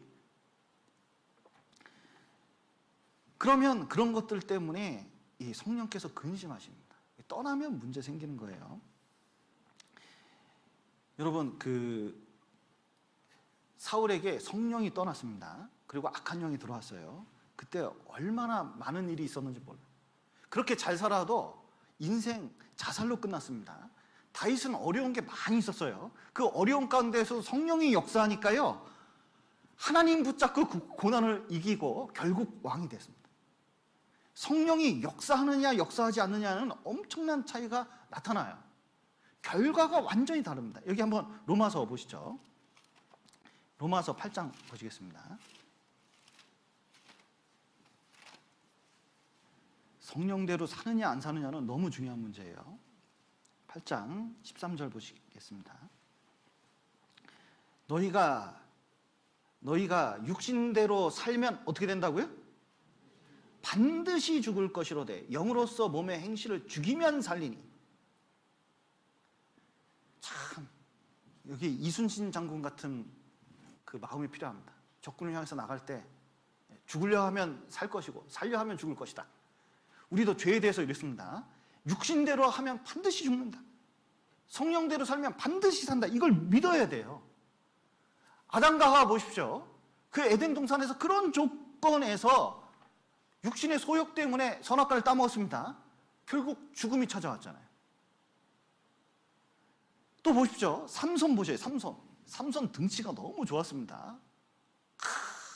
이 삼손 힘이 되게 좋았어요. 그리고 하나님께서 사사로 세웠습니다. 그러면요, 그 역할을 맞게 도덕적으로 살아야 되는데, 나실린으로 하나님께서 그 부모를 통해서 키웠거든요. 얼마나 경건하게 키웠는데, 근데 내 이 가나안 놈들, 이놈 혼내줘야지 하고 가나안 땅에 들락달락했습니다. 그러니까 세상 속으로 조금씩 들락달락한 거예요. 그러다 보니까 가나안 놈들만 보인 게 아니라 모두 봤어요? 가나안 여자도 본 겁니다. 저 이스라엘 스타일하고 틀리네. 괜찮네. 그러다가 사귀었잖아요. 그리고 결혼까지, 부모 뭐 말려도 소용없어요. 결혼까지 하려고 했습니다. 그리고 어떻게 해요? 결혼식 가는데 나 이거 포도주 나올 텐데. 나시리는 머리 자르면 안 되고 포도주 먹으면 안 됩니다. 시체 만지면 안 되거든요. 근데 포도밭을 딱 지나갈 때, 자, 포도 먹으면 안 되니까 포도밭 가야 됩니까? 포도밭 안 가야 됩니까?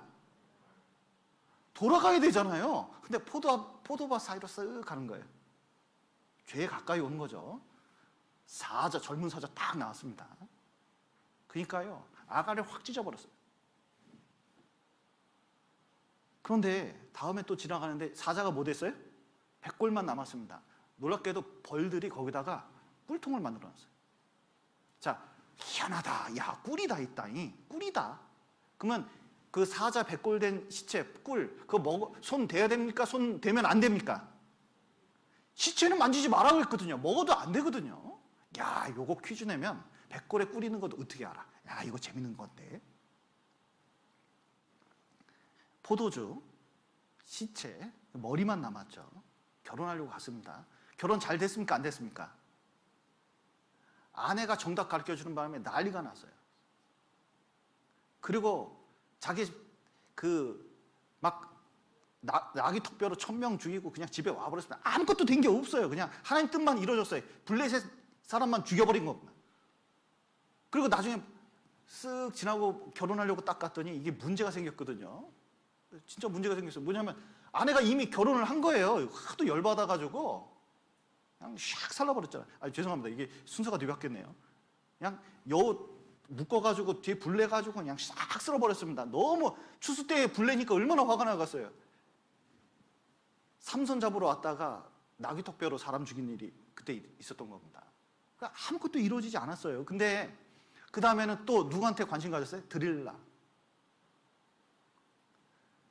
결국 어떻게 됐습니까? 머리 잘리고, 머리카락 잘리고, 눈 빠지고, 그리고 죽었잖아요. 이게 뭘 말하느냐? 육신적인 삶을 살아봐라, 지멋대로 살아봐라, 결국은 이렇게 된다, 이거예요. 사울도 마찬가지입니다. 롯도 마찬가지예요. 육신적으로 살아서 결국이 좋은 분이 누가 계셔요? 여러분, 뉴스에서 잘 보셔서 알 거예요. 유병헌 어떻게 됐습니까? 성경을 이상하게 해석해가지고 많은 사람을 이상하게 만들었잖아요. 본인이 자기 회사 차를, 예를 들어서 차를 누구한테 줬다고 생각하고 좋은 차를 대여를 했습니다. 그럼 운전자가 운전하다가 사고를 쳤어요. 그러면 차를 빌려준 사람은 책임질 일이 있습니까? 없습니까? 보험 다 돼 있으면 책임질 일이 없잖아요. 박근혜 정부 때 이게 문제가 된 거예요. 그러니까 이게 막 하니까 결국 어떻게 하면 유병헌이 썩어서 죽었잖아요. 이 시대에 이게 가능한 일이에요, 이게? 여러분, 하나님은 지금도 살아계시면 육신적으로 살면 분명히 이게 죽는다고 돼 있어요. 이게 무서운 결과입니다. 그렇기 때문에 구원받은 사람은 이 죄 짓는 것, 육신적으로 행동하는 것을 무섭게 생각할 필요가 있어요. 아, 반드시 죽는다. 성령을 따라 행하는 것이 좋다. 여러분, 세 사람이 죄를 안 지려면 어떻게 해야 되느냐? 자, 보셔요. 성령 안에 있어야 됩니다. 이 교회 안에 있어야 돼요. 자, 보셔요. 물고기가 물 밖으로 튀어나갔습니다. 살 수 있습니까? 죽습니까? 아무리 싱싱한 물고기도 밖으로 나가면 죽는 거예요. 제가 어항을 하나 이렇게 교회당에 하나 있었는데, 이렇게 물을 꽉 차면요, 이 물고기가 틱틱, 그 아침에 하면 이게 나와 있는 놈들이 있어요. 그러면 요 놈 살까요, 죽을까요? 예, 내가 다시 넣으면 사는 놈도 있고, 어떨 때는 너무 밤새 나와가지고 이거 못 들어가는 놈은 죽고 그러는 거예요. 근데 우리는 구원받은 이후에 죄를 짓지 않고 육신대로 살지 않으면 성령을 쫓아 행하라 말씀하셨는데, 성령을 쫓아 행하는 것, 쫓아 행하라, 그건 현재형입니다. 그러니까 계속적으로 주님을 쫓아야 돼요. 어떻게? 교회를 쫓아가는 게 성령을 쫓아가는 겁니다. 진리의 성령이기 때문에 진리 가운데로 인도하니까 말씀 가운데 있는 게 성령을 쫓아가는 거예요. 그래서 성령을 쫓아간다 할 때, 성령을 쫓아가면 예수님 형상이 되는 거예요. 이게 예수님 본받아서 생활하라, 이렇게 되는 겁니다. 이게 성령을 쫓아가는 생활이에요. 근데 성령을 쫓아갈 때 뭐부터 손을 대야 되느냐? 이 로마서 8장 5절을 보시죠.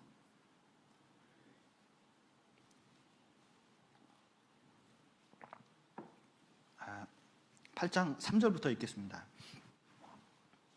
율법이 육신으로 말미암아 연약하여 할 수 없는 그것을 하나님은 하시나니 곧 죄를 인하여 자기 아들을 죄 있는 육신의 모양으로 보내어 육신의 죄를 정하사 육신을 좇지 않고 그 영을 쫓아 행하는 우리에게 율법의 요구를 이루어지게 하려 하심이니라. 육신을 쫓는 자는 육신의 일을, 영을 쫓는 자는 영의 일을 어떻게 한다고요? 생각하나니 육신의 생각은 사망이요 영의 생각은 생명과 평안이라. 육신의 생각은 하나님과 원수가 되게 하나니, 원수가 되나니 이는 하나님의 법에 굴복치 아니할 뿐 아니라 할 수도 없습니다. 육신에 있는 자들은 하나님을 기쁘게 할 수 없느니라. 자, 보십시오. 먼저는 성령을 쫓는다 할 때 어디서부터 성령을 쫓아야 돼요? 생각. 우리는 생각을 무시할 때가 있거든요. 근데 생각을 딱 하잖아요. 그게 씨앗이 돼서 이게 품습니다. 그리고 이게 점점 성장을 해요. 그리고 죄 짓는 거예요. 그리고 결국은 사망이 찾아오게 되는 겁니다. 그러니까 뭐부터 컨트롤을 해야 돼요? 생각을, 내가 지금 하고 있는 생각, 말, 이것이 맞는지 정말 생각을 많이 해야 됩니다. 그리고 생각 속에 성령 충만이 필요합니다. 성령께서 들어와서 내 마음을 가득 채우는 거예요. 골로새서 보면 성령 충만이 말씀 충만이에요. 그러니까 말씀이 내 안에 많이 있는 게 필요해요. 많이 듣는 게 필요해요. 자, 핸드폰이 있는데 배터리가 깜빡깜빡합니다. 그러면요, 0% 있을 땐 누르고 전원 들어와서 뭐 하려고 해도 안 되고, 0% 되면 뭐 하려고 해도 안 되고 그래요. 전기가 들어가야 힘이 있는 거예요.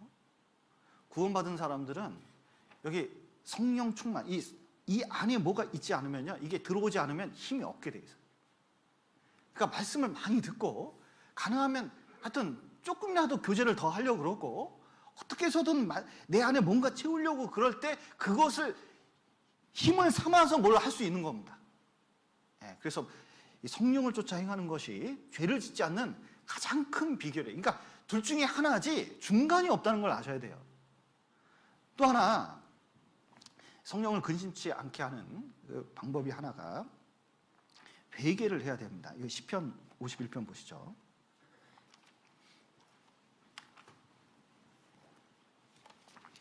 죄가 있으면 회개를 해야 되지 놔두면 안 돼요. 시편 51편 9절부터 읽겠습니다. 9절부터 주의 얼굴을 내 죄에서 돌이키시고 내 모든 죄악을 도말하소서. 하나님이여 내 속에 정한 마음을 창조하시고 내 안에 정직한 영을 새롭게 하소서. 나를 주 앞에서 쫓아내지 마시며 주의 성신을 내게서 거두지 마소서. 예.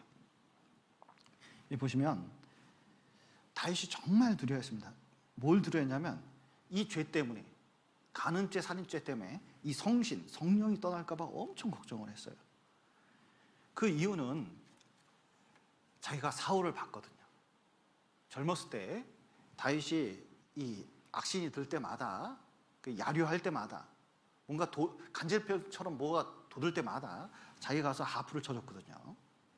근데 하프를 치고 막 할 때는 조금 괜찮더니 조금 뭐 또 다윗 보면서 승질 내면요, 옆에 있던 창 가지고 막 죽이려고 막 달려드는 거예요. 몇 번이나 던지고서 죽을 뻔했어요.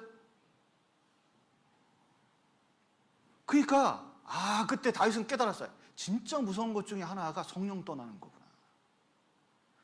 성령 떠나면 저런 식으로 변하는구나. 막 저렇게 분을 내고 공격적이고 사람을 죽이려고 하는, 이거 성령 떠나는 게 무서운 거구나.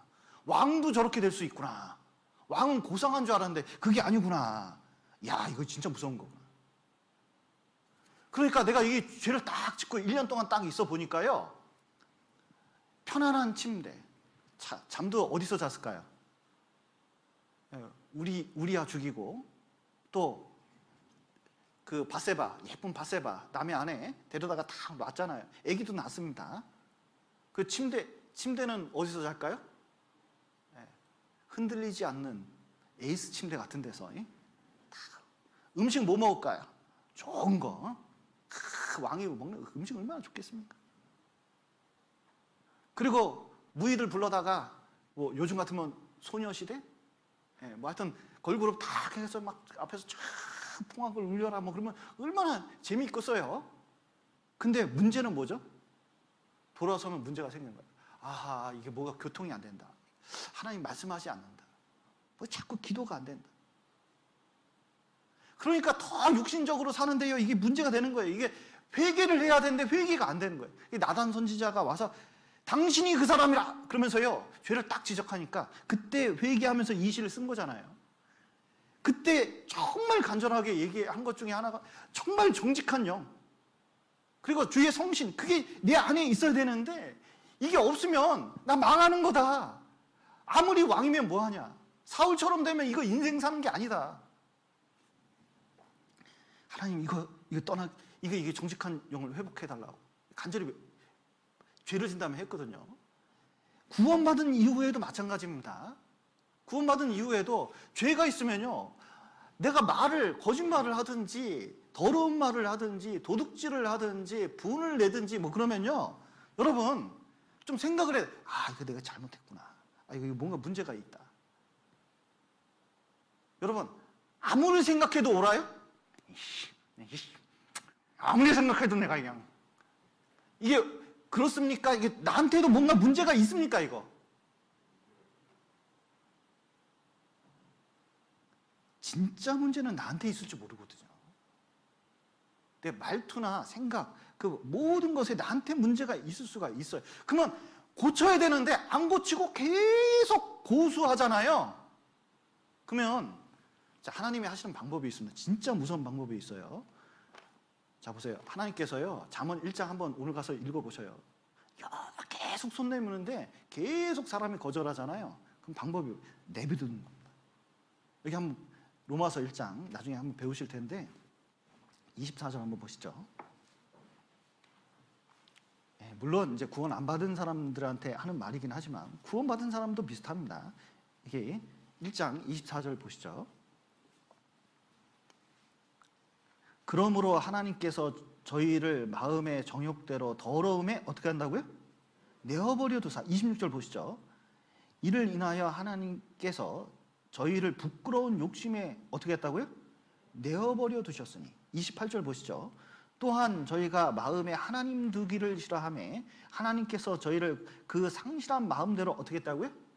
내어버려 두사. 내어버려 두사. 계속 말씀하셔요.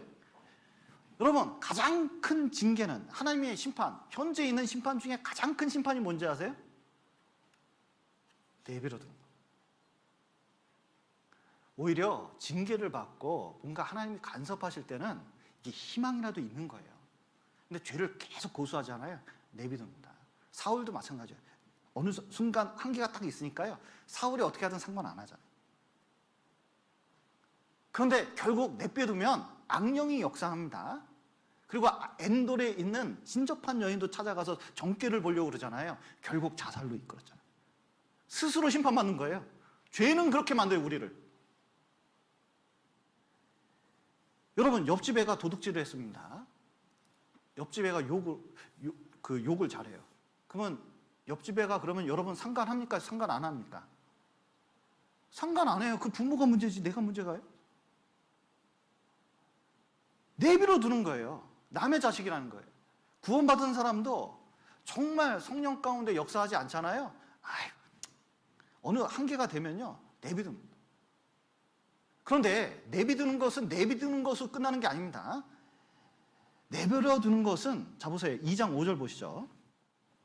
다만 내 고집과 회개치 아니한 마음을 따라 진노의 날, 곧 하나님의 의로우신 판단이 나타나는 그 날에 임할 진노를 내게 쌓는도다. 자, 내어버려 두는 것은 다른 말로 바꾸면 진노를 쌓아두는 것.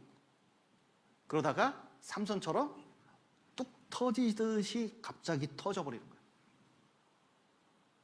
그러면 사람이 감당할 수준이 안 돼요. 여러분, 지옥은 밑바닥이 없습니다. 계속 떨어지는 거예요. 지금 상황이 밑바닥이 아닐 수도 있는 거예요. 그래서 여러분, 신앙생활 가운데서 정말 두려워하고 무서워야 될 것은 죄가 일어났을 때 성령이 함께 계신다는 걸 알게 된다면 정말 이것을 물리치는 게 필요한 거예요. 여러분 보십시오. 교회도 마찬가지예요. 교회는 성령 공동체이기 때문에 무슨 죄가 있다 그러면요, 이거 잘 생각해 봐야 돼요. 인간관계로 이해할 게 아니에요. 여기 고린도전서 한번 보시죠. 5장. 참, 교회에 이런 일이 다 있어요. 고린도전서 5장 1절. 너희 중에 심지어 음행이 있다 함을 들으니 이런 음행은 이방인 중에라도 없는 것이라. 누가 그 아비의 아내를 취하였도다 하는도다. 이 아내는 엄마를 가리키는 게 아니라 아마 첩이나 뭔가 있는 것 같아요. 그런데 아버지가 있는데 아마 첩을 들였겠죠. 그런데 사망을 하니까 그 여자하고 간음을 한 것 같아요. 음행을 한 것 같습니다. 그런데 교회에 유명한 사람이기 때문에 아무도 정죄를 안 하는 거예요. 그러니까 고린도 교회 진짜 문제는 그 다음에 2절입니다. 그러고도 너희가 오히려 교만하여져서 어찌하여 통한이 여기지 아니하고 그 일을 행한 자를 너희 중에서 물리치지 아니하였느냐. 이거 보통 문제 아니다. 이거 성령 떠나는 문제고, 교회가 교회되지 못하게 하는 죄가 들어오면 이거 보통 문제가 아니다. 이 직분이 문제가 아니다. 여러분, 교회 안에서 내가 하는 말, 거짓말, 그리고 도둑질, 이것이 결코 작은 일이 아니라는 거예요. 그래서 늘 조심할 필요가 있는 거거든요. 왜냐하면 죄의 영향을 나도 받을 수가 있으니까. 또 이 교회 성령을 근심하지 않고 죄를 짓지 않는 방법이 이 교회 가운데 거하는 겁니다. 다른 게 아니에요. 교회 가운데서 교제를 하면, 긴밀하게 교제가 되면, 베드로가 발을 내미니까 씻어줬잖아요. 이 교회 가운데서 봉사하고 교제가 정상적으로 되면요, 그 죄가 많이 없어져요. 참, 송파학교에 있을 때요, 중고등부 애들이 있었는데 같은 학년에 형제들만 7명인가 8명 있었거든요. 자매는 1명인데 아주 걔네들 몰려다니면 짐승이에요. 짐승. 사람 같지가 않아요. 그 말을 왜 이렇게 안 듣는지. 그러니까 이것들 이거 어떡하지 막 고민하고 있는데, 어느 날 수양회 때 사도행전 2장에 있는 회개운동이 일어난 것처럼 얘네들이 수양에서 회개운동이 일어났어요. 밤에 모여가지고요, 막 자기가 어떤 죄를 졌는지 막 그런 죄를 얘기하면서 막 구원받아야 된다고 막 쫙 얘기를 하는데, 거기 선생님이 같이 따라가는데 자면서 이렇게 자는 척하면서 들었대요. 야, 예루살렘에서 일어났던 일이 여기서도 일어나는구나, 그렇게 생각을 했대요. 그런데 그때부터 진실한 교제가 되더래요. 진짜 진실한 교제가 되더래요. 그러면서 뭐냐면 애들이요, 행동이 바뀌었어요. 방학인데 이렇게 놀기 좋아하고 이렇게 말 안 듣고 공부 안 하는 이 아이들이 점점 뭐냐면 지들이 전도 집회를 하자고 하더라고요. 그리고 자기들이 모여서 뭔가 역사를 하려고 그러고, 어떤 애는 게임 중독에 걸렸는데 게임하는 그 컴퓨터, 자기 돈으로 산 그 거의 100만 원가량 되는 그 컴퓨터를 교회 기증을 했어요. 그리고 매일같이 교회에 모이더라고요. 그러더니요, 점점 지금 사람 됐어요. 참 기특하다. 그게 보세요, 모여서 뭔가 역사하면, 교제가 잘 되면 죄가 없어져요. 못 고칠 것 같은 그런 것도 고쳐지는 거예요, 이 교제가. 여러분, 형제 자매 간의 교제가 잘 돼 보십시오. 마음을 주고받, 큰 위안을 받을 뿐만 아니라 그 사모하는 마음 때문에 죄를 지을 틈이 없어요. 여러분이 왜 죄를 짓느냐, 왜 개인적인 삶을 사냐, 진정한 교제가 안 돼요. 긴밀한 교제가 안 돼요. 연합되지가 않아요. 연합하기도 싫어해요. 뭔가 뒤에 죄 있습니다. 뭔가 죄 있어요. 미워하는 마음이 있든지, 숨기고 있는 죄가 있든지, 하나님과 거리가 있고 문제가 있어요. 여러분, 동참하지 않는 죄라는 게 큰 겁니다. 민수기에 보면 갓지파 르우벤 지파가 요단강 안 건너려고 그랬어요. 그러니까 모세가 얘기합니다. 너희가 만일 그같이 하면 여호와께 범죄함이니 너희 죄가 정녕 너희를 찾아낼 줄 알아. 동참 안 하고 개인적인 생활하고 이렇게 사는 것이 죄가 아닌 것처럼 마땅히 그냥 에이 모르겠다 이렇게 살지만, 나중에 보십시오. 만약에 그때 갓지파 르우벤 지파가 합동해서 그 가나안 땅을 점령하지 않았으면요, 소수민족으로 남아서 결국 침공당해가지고요, 나중에 보면 완전히 세속화되고 완전히 망했을 거예요. 우린 연합함으로 죄를 이기고 연합함으로 이 성령 가운데 거한다는 걸, 이걸 잊으면 안 됩니다. 또 하나 에베소서 보시죠. 우리가 죄를 이기는 방법입니다.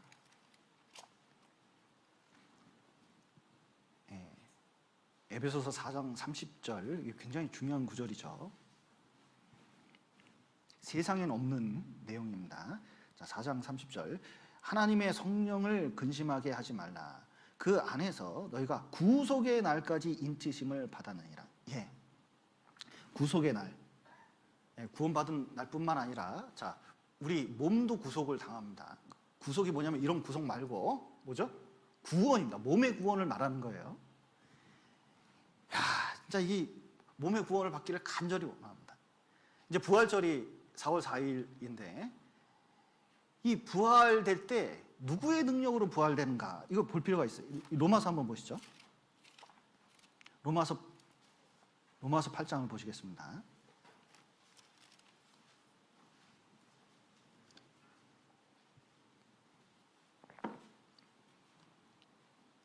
로마서 8장 11절. 예수를 죽은 자 가운데서 살리신 이의 영이 너희 안에 거하시면 그리스도 예수를 죽은 자 가운데서 살리신 이가 너희 안에 거하시는 그의 영으로 말미암아 너희 죽을 몸도 살리시리라. 자, 보십시오. 우리가 부활하는데 누구 때문에 부활할까요? 1번 하나님, 2번 예수님, 3번 성령님, 4번 모두 다? 자, 정답은 뭐죠? 자, 우리가 부활해서 몸의 구속을 받잖아요. 몸이 변화됩니다. 그러면 누구 때문에 몸이 변화될까요? 1번 하나님, 2번 예수님, 3번 성령님, 4번 모두 다. 정말 헷갈리죠? 자, 이거 모두 다가 정답일 텐데. 자, 보세요. 그러면 11절에서는 뭐 때문에 부활한다고 돼 있냐면 한번 보시죠.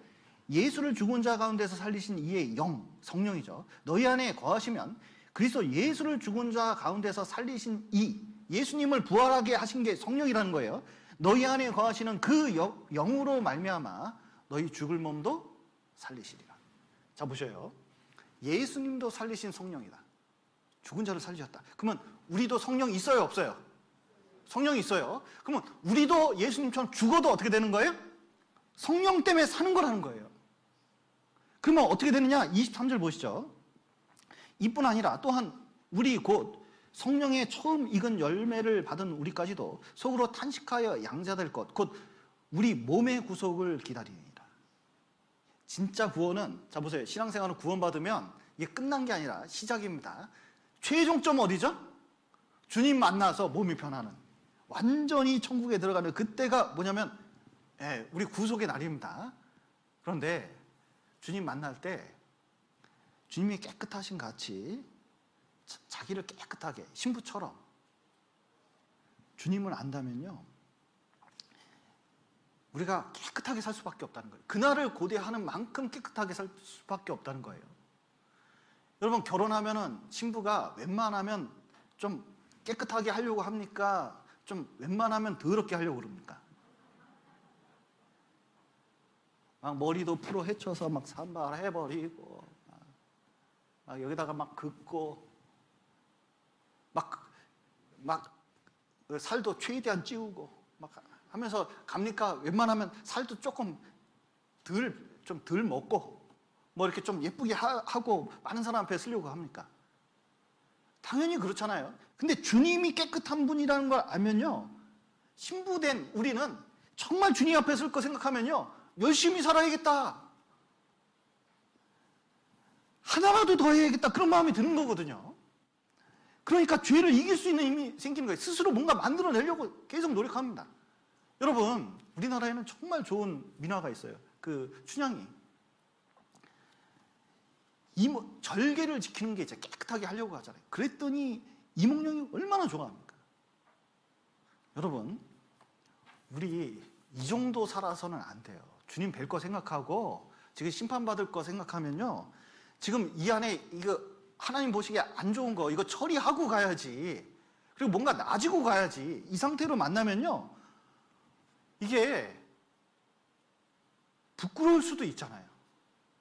그래서 이 마지막 시대에 우리가 좀 깨끗하게, 좀 죄 있으면요 좀 정리할 거 정리하고, 또 성령을 근심하게 하지 않는, 또 성령을 쫓아 생활해서 하나님을 기쁘게 하는 그런 신앙생활이 되었으면 좋겠습니다. 같이 기도하시겠습니다. 사랑과 은혜가 풍성하신 하나님 아버지, 죄 가운데 있었던 저희를 구원하시고 몸된 교회 가운데서 교제하며 주를 섬길 수 있도록 또 인도하신 감사드립니다. 우리가 짐짓 죄를 쉽게 생각하고 또 우리 속에서 죄가 나올 때가 많이 있습니다. 성령을 쫓아 행함으로, 또 교회 가운데 거함으로 죄를 이길 수 있도록 도와주시고, 또 정옥교회가 더욱 하나가 돼서 주의 일에 힘쓸 수 있도록 도와주시옵소서. 또 4월 5일부터 있는 대전도 집회 함께 해주시고, 또 그로 말미암아 많은 구원의 역사가 우리 가운데 나타날 수 있도록 도와주시옵소서. 귀한 시간 허락하신 감사드리며 예수님 이름으로 기도드렸습니다.